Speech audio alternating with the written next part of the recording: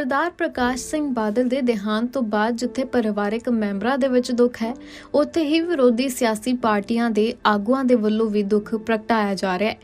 ਦੇਸ਼ ਦੇ ਪ੍ਰਧਾਨ ਮੰਤਰੀ ਨਰਿੰਦਰ ਮੋਦੀ ਦੇ ਵੱਲੋਂ ਵੀ ਸਰਦਾਰ ਪ੍ਰਕਾਸ਼ ਸਿੰਘ ਬਾਦਲ ਦੇ ਨਾਲ ਕੁਝ ਅਣਸੁਣੇ ਕਿੱਸੇ ਸਾਂਝੇ ਕੀਤੇ ਗਏ।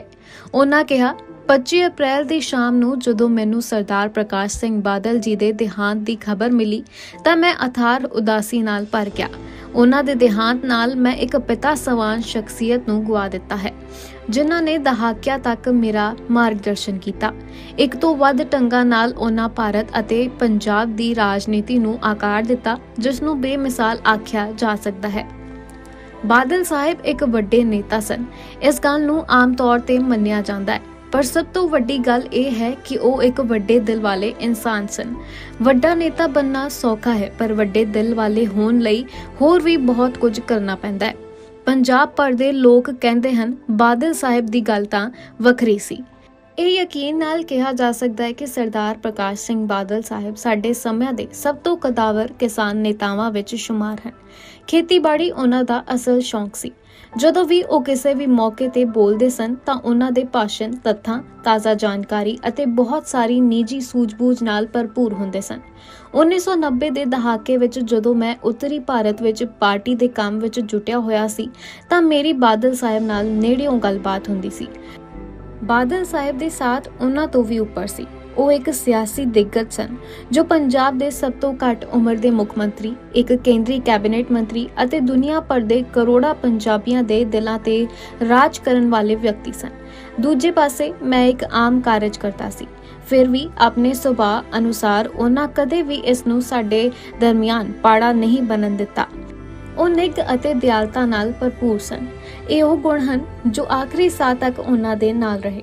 ਹਰ ਕੋਈ ਜਿਸ ਨੇ ਬਾਦਲ ਸਾਹਿਬ ਨਾਲ ਨੇੜਿਓਂ ਗੱਲਬਾਤ ਕੀਤੀ ਸੀ, ਉਹਨਾਂ ਦੀ ਸਿਆਣਪ ਅਤੇ ਮਜ਼ਾਕੀਆ ਸੁਭਾਅ ਨੂੰ ਯਾਦ ਕਰੇਗਾ।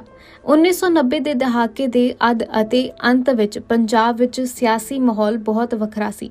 1997 ਵਿੱਚ ਸੂਬੇ ਵਿੱਚ ਬਹੁਤ ਗੜਬੜ ਹੋਈ ਅਤੇ ਚੋਣਾਂ ਹੋਣੀਆਂ ਸਨ। ਸਾਡੀਆਂ ਪਾਰਟੀਆਂ ਇਕੱਠੀਆਂ ਹੋ ਕੇ ਲੋਕਾਂ ਵਿੱਚ ਗਈਆਂ ਅਤੇ ਬਾਦਲ ਸਾਹਿਬ ਸਾਡੇ ਨੇਤਾ ਸਨ।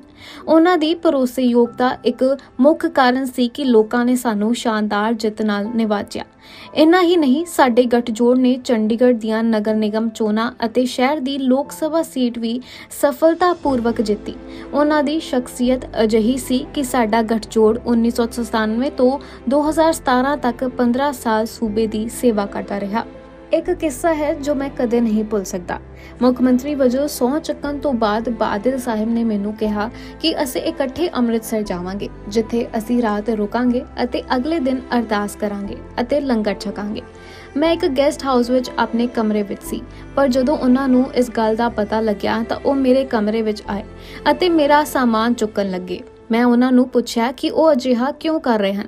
ਤਦ ਉਹਨਾਂ ਮੈਨੂੰ ਕਿਹਾ ਕਿ ਮੈਨੂੰ ਉਹਨਾਂ ਦੇ ਨਾਲ ਮੁੱਖ ਮੰਤਰੀ ਵਾਲੇ ਕਮਰੇ ਵਿੱਚ ਆਉਣਾ ਪਵੇਗਾ ਅਤੇ ਉੱਥੇ ਹੀ ਰਹਿਣਾ ਪਵੇਗਾ।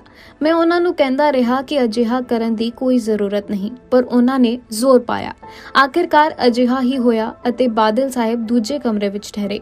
ਮੇਰੇ ਵਰਗੇ ਇੱਕ ਬਹੁਤ ਹੀ ਸਾਧਾਰਨ ਕਾਰਜਕਰਤਾ ਪ੍ਰਤੀ ਉਹਨਾਂ ਦੇ ਇਸ ਰਵੱਈਏ ਦੀ ਮੈਂ ਹਮੇਸ਼ਾ ਕਦਰ ਕਰਦਾ ਰਹਾਂਗਾ। ਬਾਦਲ ਸਾਹਿਬ ਦੀ ਗਊਸ਼ਾਲਾਵਾਂ ਵਿੱਚ ਵਿਸ਼ੇਸ਼ ਰੁਚੀ ਸੀ ਅਤੇ ਉਹਨਾਂ ਨੇ ਵਿਭਿੰਨ ਕਿਸਮਾਂ ਦੀਆਂ ਗਊਆਂ ਰੱਖੀਆਂ ਹੋਈਆਂ ਸਨ। ਸਾਡੀ ਇੱਕ ਮੁਲਾਕਾਤ ਦੌਰਾਨ ਉਹਨਾਂ ਨੇ ਮੈਨੂੰ ਦੱਸਿਆ ਕਿ ਉਹਨਾਂ ਦੀ ਗਿਰ ਦੀਆਂ ਗਊਆਂ ਪਾਲਣ ਦੀ ਇੱਛਾ ਹੈ। ਮੈਂ ਉਹਨਾਂ ਲਈ 5 ਗਊਆਂ ਦਾ ਪ੍ਰਬੰਧ ਕੀਤਾ ਅਤੇ ਉਸ ਤੋਂ ਬਾਅਦ ਜਦੋਂ ਅਸੀਂ ਮਿਲਦੇ ਤਾਂ ਉਹ ਮੇਰੇ ਨਾਲ ਗਊਆਂ ਬਾਰੇ ਗੱਲ ਕਰਦੇ ਅਤੇ ਮਜ਼ਾਕ ਵੀ ਕਰਦੇ ਕਿ ਇਹ ਗਊਆਂ ਹਰ ਤਰ੍ਹਾਂ ਨਾਲ ਗੁਜਰਾਤੀ ਹਨ। ਜਦੋਂ ਕਦੇ ਬੱਚੇ ਆਸ-ਪਾਸ ਖੇਡ ਰਹੇ ਹੁੰਦੇ ਹਨ ਤਾਂ ਉਹ ਕਦੇ ਗੁੱਸੇ ਤੇ ਉਤੇਜਿਤ ਨਹੀਂ ਹੁੰਦੀਆਂ ਜਾਂ ਕਿਸੇ ਤੇ ਹਮਲਾ ਨਹੀਂ ਕਰਦੀਆਂ। ਉਹ ਇਹ ਵੀ ਟਿੱਪਣੀ ਕਰਦੇ ਸਨ ਕਿ ਕੋਈ ਹੈਰਾਨੀ ਦੀ ਗੱਲ ਨਹੀਂ ਹੈ ਕਿ ਗੁਜਰਾਤੀ ਇੰਨੇ ਕੋਮਲ ਹਨ, ਕਿਉਂਕਿ ਉਹ ਗਿਰ ਦੀਆਂ ਗਊਆਂ ਦਾ ਦੁੱਧ ਪੀਂਦੇ ਹਨ। 2001 ਤੋਂ ਬਾਅਦ ਮੈਂ ਬਾਦਲ ਸਾਹਿਬ ਨਾਲ ਇੱਕ ਵੱਖਰੀ ਹੈਸੀਅਤ ਵਿੱਚ ਗੱਲਬਾਤ ਕਰਨ ਲਈ ਮਿਲਿਆ। ਅਸੀਂ ਹੁਣ ਆਪਣੇ ਰਾਜਾਂ ਦੇ ਮੁੱਖ ਮੰਤਰੀ ਸਾਂ। ਮੈਨੂੰ ਅਨੇਕ ਮੁੱਦਿਆਂ, ਖਾਸ ਤੌਰ ਤੇ ਪਾਣੀ ਦੀ ਸੰਭਾਲ, ਪਸ਼ੂ ਪਾਲਣ ਅਤੇ ਡੇਅਰੀ ਸਮੇਤ ਖੇਤੀਬਾੜੀ ਨਾਲ ਸੰਬੰਧਿਤ ਮੁੱਦਿਆਂ ਤੇ ਬਾਦਲ ਸਾਹਿਬ ਦਾ ਮਾਰਗਦਰਸ਼ਨ ਪ੍ਰਾਪਤ ਕਰਨ ਦਾ ਸੁਭਾਗ ਪ੍ਰਾਪਤ ਹੋਇਆ। ਉਹ ਅਜਿਹੇ ਵਿਅਕਤੀ ਵੀ ਸਨ ਜੋ ਭਾਰਤੀ ਪ੍ਰਵਾਸੀਆਂ ਦੀ ਸਮਰੱਥਾ ਨੂੰ ਵਰਤਣ ਵਿੱਚ ਵਿਸ਼ਵਾਸ ਰੱਖਦੇ ਸਨ, ਇਹ ਸਮਝਦੇ ਹੋਏ ਕਿ ਵਿਦੇਸ਼ਾਂ ਵਿੱਚ ਬਹੁਤ ਸਾਰੇ ਮਿਹਨਤੀ ਪੰਜਾਬੀ ਵਸੇ ਹੋਏ ਹਨ। ਇੱਕ ਵਾਰ ਉਹਨਾਂ ਨੇ ਮੈਨੂੰ ਕਿਹਾ ਕਿ ਉਹ ਸਮਝਣਾ ਚਾਹੁੰਦੇ ਹਨ ਕਿ ਅਲੰਗ ਸ਼ਿਪਯਾਰਡ ਕੀ ਹੈ। ਫਿਰ ਉਹ ਉੱਥੇ ਆਏ ਅਤੇ ਸਾਰਾ ਦਿਨ ਅਲੰਗ ਸ਼ਿਪਯਾਰਡ ਵਿੱਚ ਬਿਤਾਇਆ ਅਤੇ ਸਮਝਿਆ ਕਿ ਰੀਸਾਈਕਲਿੰਗ ਕਿਵੇਂ ਕੀਤੀ ਜਾਂਦੀ ਹੈ। ਪੰਜਾਬ ਕੋਈ ਤਟਵਰਤੀ ਸੂਬਾ ਨਹੀਂ ਹੈ, ਇਸ ਲਈ ਇੱਕ ਤਰ੍ਹਾਂ ਨਾਲ ਸ਼ਿਪਯਾਰਡ ਦੀ ਉਹਨਾਂ ਲਈ ਕੋਈ ਪ੍ਰਤੱਖ ਪ੍ਰਸੰਗਿਕਤਾ ਨਹੀਂ ਸੀ, ਪਰ ਇਹ ਉਹਨਾਂ ਦੀ ਨਵੀਆਂ ਚੀਜ਼ਾਂ ਸਿੱਖਣ ਦੀ ਇੱਛਾ ਸੀ ਕਿ ਉਹਨਾਂ ਨੇ ਉੱਥੇ ਦਿਨ ਬਿਤਾਇਆ ਅਤੇ ਸੈਕਟਰ ਦੇ ਵੱਖੋ ਵੱਖਰੇ ਪਹਿਲੂਆਂ ਨੂੰ ਸਮਝਿਆ। 2001 ਦੇ ਭੂਚਾਲ ਦੌਰਾਨ ਨੁਕਸਾਨੇ ਗਏ ਕੱਚ ਦੇ ਪਵਿੱਤਰ ਲਖਪਤ ਗੁਰਦੁਆਰਾ ਸਾਹਿਬ ਦੀ ਬਿਲਡਿੰਗ ਦੀ ਮੁਰੰਮਤ ਕਰਨ ਅਤੇ ਉਸ ਨੂੰ ਬਹਾਲ ਕਰਨ ਦੇ ਯਤਨਾਂ ਲਈ ਗੁਜਰਾਤ ਸਰਕਾਰ ਦੀ ਸ਼ਲਾਘਾ ਵਿੱਚ ਉਹਨਾਂ ਵੱਲੋਂ ਕਹੇ ਗਏ ਸ਼ਬਦਾਂ ਨੂੰ ਮੈਂ ਹਮੇਸ਼ਾ ਯਾਦ ਰੱਖਾਂਗਾ। 2014 ਵਿੱਚ ਕੇਂਦਰ ਵਿੱਚ ਐਨਡੀਏ ਸਰਕਾਰ ਦੇ ਸੱਤਾ ਵਿੱਚ ਆਉਣ ਤੋਂ ਬਾਅਦ ਉਹਨਾਂ ਇੱਕ ਵਾਰ ਫਿਰ ਆਪਣੇ ਸਮਰਿੱਧ ਸਰਕਾਰੀ ਤਜਰਬੇ ਦੇ ਆਧਾਰ ਤੇ ਉਹਨਾਂ ਨੇ ਕੀਮਤੀ ਸਮਝ ਸਾਨੂੰ ਪ੍ਰਦਾਨ ਕੀਤੀ। ਉਹਨਾਂ ਨੇ ਇਤਿਹਾਸਕ ਜੀਐਸਟੀ ਸਮੇਤ ਕਈ ਸੁਧਾਰਾਂ ਦਾ ਜ਼ੋਰਦਾਰ ਸਮਰਥਨ ਕੀਤਾ। ਮੈਂ ਉਹਨਾਂ ਨਾਲ ਹੋਈ ਆਪਣੀ ਗੱਲਬਾਤ ਦੇ ਕੁਝ ਪਹਿਲੂਆਂ ਨੂੰ ਹੀ ਉਜਾਗਰ ਕੀਤਾ ਹੈ। ਆਮ ਤੌਰ ਤੇ ਆਪਣੇ ਦੇਸ਼ ਲਈ ਉਹਨਾਂ ਦਾ ਯੋਗਦਾਨ ਬੇਮਿਸਾਲ ਹੈ। ਉਹ ਐਮਰਜੈਂਸੀ ਦੇ ਕਾਲੇ ਦਿਨਾਂ ਵਿੱਚ ਲੋਕਤੰਤਰ ਦੀ ਬਹਾਲੀ ਲਈ ਜੂਝਣ ਵਾਲੇ ਸਭ ਤੋਂ ਬਹਾਦਰ ਸੈਨਿਕਾਂ ਵਿੱਚੋਂ ਇੱਕ ਸਨ। ਜਦੋਂ ਉਹਨਾਂ ਦੀਆਂ ਸਰਕਾਰਾਂ ਬਰਖਾਸਤ ਕੀਤੀਆਂ ਗਈਆਂ ਤਾਂ ਉਹਨਾਂ ਨੇ ਖੁਦ ਕਾਂਗਰਸ ਦੇ ਹੰਕਾਰੀ ਸੱਭਿਆਚਾਰ ਦਾ ਸਾਹਮਣਾ ਕੀਤਾ ਅਤੇ ਇਹਨਾਂ ਤਜਰਬਿਆਂ ਨੇ ਹੀ ਲੋਕਤੰਤਰ ਵਿੱਚ ਉਹਨਾਂ ਦਾ ਵਿਸ਼ਵਾਸ ਮਜ਼ਬੂਤ ਕੀਤਾ।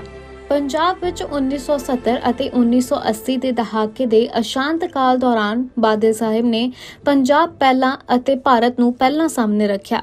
ਉਹਨਾਂ ਕਿਸੇ ਵੀ ਅਜਿਹੀ ਯੋਜਨਾ ਦਾ ਸਖਤ ਵਿਰੋਧ ਕੀਤਾ ਜੋ ਭਾਰਤ ਨੂੰ ਕਮਜ਼ੋਰ ਕਰੇ ਜਾਂ ਪੰਜਾਬ ਦੇ ਲੋਕਾਂ ਦੇ ਹਿੱਤਾਂ ਨਾਲ ਸਮਝੌਤਾ ਕਰੇ, ਭਾਵੇਂ ਇਸ ਦਾ ਮਤਲਬ ਸੱਤਾ ਦਾ ਨੁਕਸਾਨ ਹੀ ਕਿਉਂ ਨਾ ਹੋਵੇ।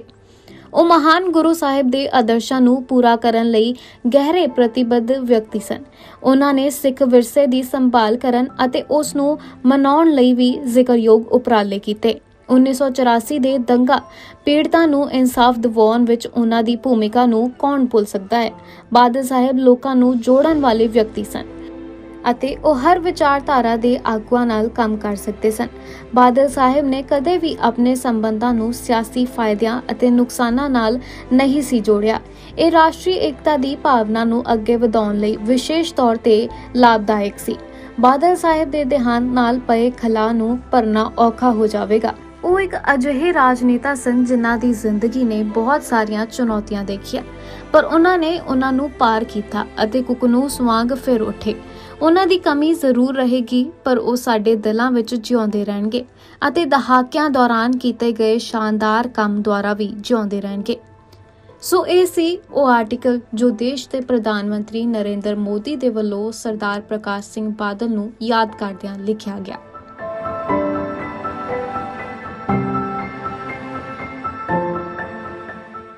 ਅਜੀਤ ਪੰਜਾਬੀ ਦੀ ਆਥੈਂਟਿਕ ਖਬਰਾਂ ਦੇ ਲਈ ਸਬਸਕ੍ਰਾਈਬ ਕਰੋ ਅਜੀਤ ਵੈਬ ਟੀਵੀ ਅਤੇ ਤਾਜ਼ੀ ਖਬਰਾਂ ਦੀ ਨੋਟੀਫਿਕੇਸ਼ਨ ਪਾਉਣ ਦੇ ਲਈ ਬੈਲ ਆਈਕਨ ਤੇ ਕਲਿੱਕ ਕਰੋ।